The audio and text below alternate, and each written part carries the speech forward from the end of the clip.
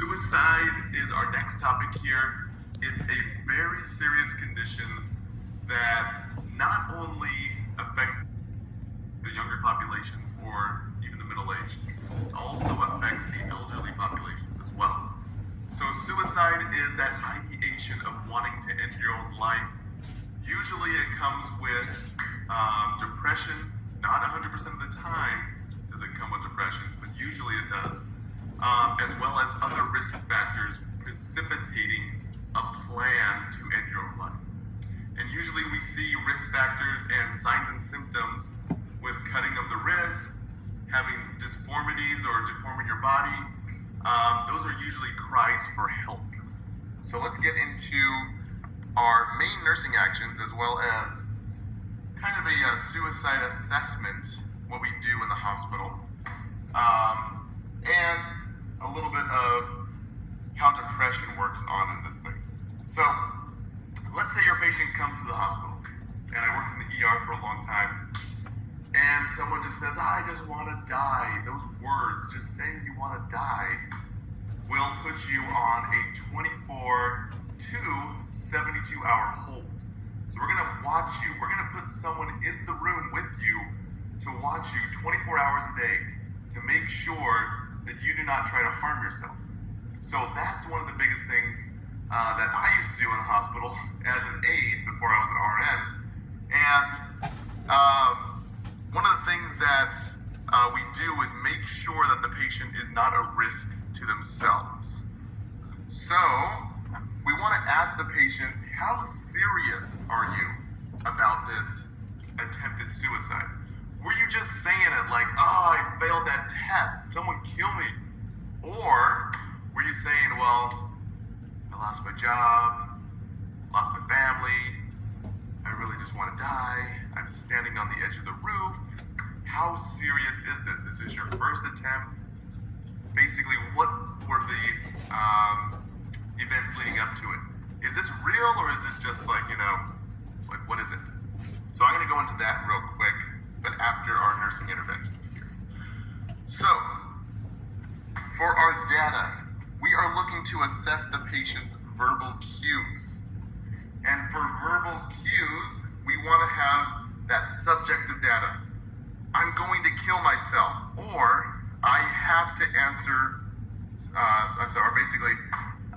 other kind of verbal cues, like I have the answer to my problems, or no one's gonna miss me if I'm gone. Those are kind of disguised verbal cues. Those are cries for help.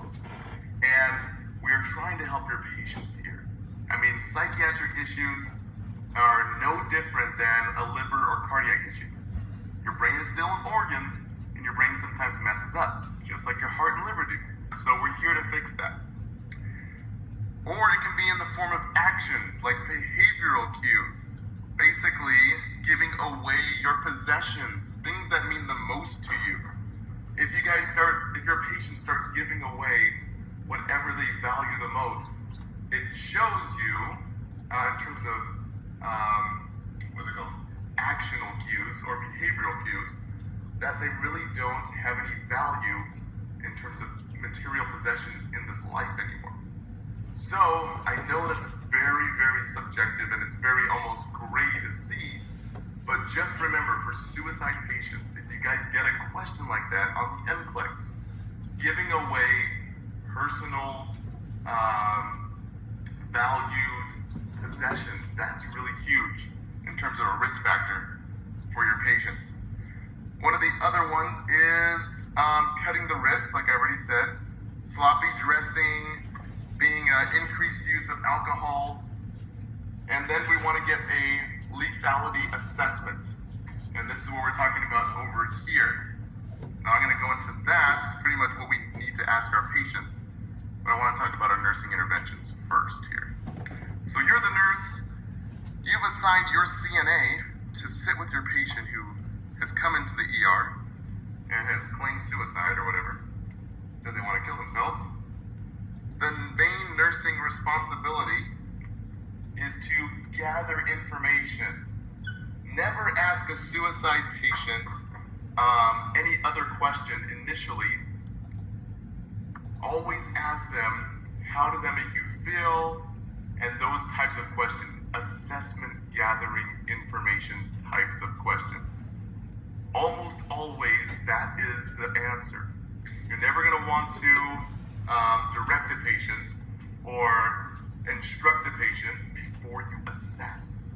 Gather those feelings. Those are almost all the psych questions on your tests and even in your NCLEX. So, just like I said before, we're putting eyes on the patient 24/7, basically for the next 24 hours or the next 72 hours. We're doing surveillance. Always someone is watching the patient. You're going to remove all the clothes. I used to put your patient's clothes in a bag, everything they own. All they were allowed to wear is their birthday suit and a gown. That's pretty much it. So we're removing everything, even necklaces, because they can choke themselves. Even rings, because they can cut themselves, okay? One of the big things that hospitals are doing, this is our next topic here, is a contract with the client. The contract with the client pretty much states that the client will report any suicidal ideations to the nurse. And that's just an agreement that the nurse and the client or the patient has. Now, it's obviously a piece of paper, and if your patient's giving away some of their most valued possessions, sometimes some nurses will say that the contract doesn't mean anything. But at least it's something tangible for the patient to hold on to, and it's some type of contract that gives like a face to the actual promise of, hey, I'm going to tell you if I want to hurt myself. That's because I know you guys are here for me. I mean, it doesn't work 100% of the time, but at least it establishes some type of trust. Okay. So, well, before we get into this, I know I've been saying, before we get into that, I want to talk a little bit about depression here. Now, not all your suicidal patients will be depressed, but depression plays a major role with suicide. So, with your patients who are depressed, your normal mood, you dip down into mild, moderate, and severe depression. Now, with your patients with severe depression who feel like having suicide ideations, once the depression starts to alleviate, it starts to go up, and they start getting a mild or normal mood, that is when they have enough energy to actually act upon their suicidal ideations. So right here, if they're severely depressed, they don't have enough energy usually to do anything about their suicidal thoughts or their suicidal plans.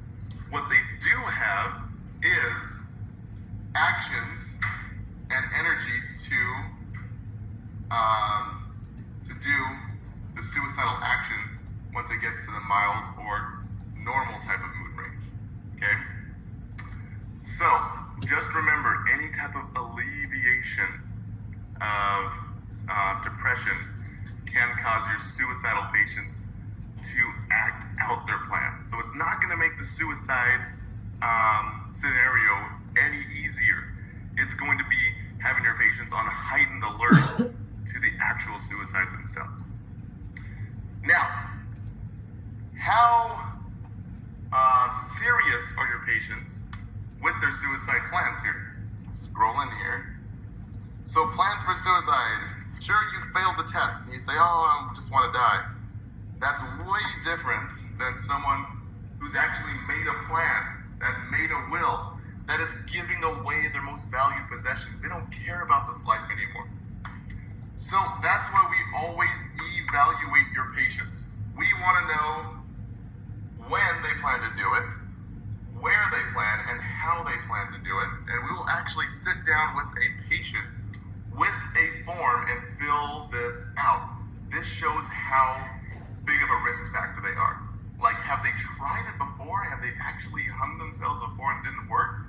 Have they actually tried to poison themselves? Or is this just a patient crying for help?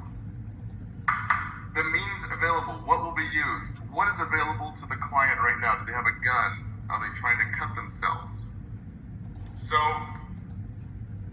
we rate them in terms of a chart, especially at the hospital. Basically, most lethal, less lethal, and almost like the least lethal. So for male patients, they tend to be the most lethal population, just because males are more action doers. They're not afraid to hurt themselves. Usually the populations we're talking about here. We want to assess any type of support systems available for social support, whether it's people, churches, clubs, whatever, because one of the major reasons that patients want to commit suicide, they feel isolated, like they're the only people. Some other type of risk factors that might be included is alcohol, drugs, severe panic and levels of anxiety, they're being hostile, disorganized thinking, preoccupied with their thought of suicide plan, and prior suicide attempts. So remember that one too. So let's just say this is a big long list. Your patient has claimed they're going to kill themselves. So what would the nurse say next? Or how would the nurse respond to that? We would ask them, do you have a plan? So asking them if they have a plan, or asking them, have you ever tried to kill yourself before? That would show the risk factors, okay? Always gathering information. Usually the NCLEX and tests want you to ask for feelings first. How does that make you feel? But for suicide, we want to get risk factors as well. So have you had an attempt before? Do you have a plan to kill yourself? Or, like I said, have you tried this before? Have you tried it before? Obviously, if they tried it before, they were unsuccessful because they're still alive and they're talking to you. But that's what you want to do. So let's get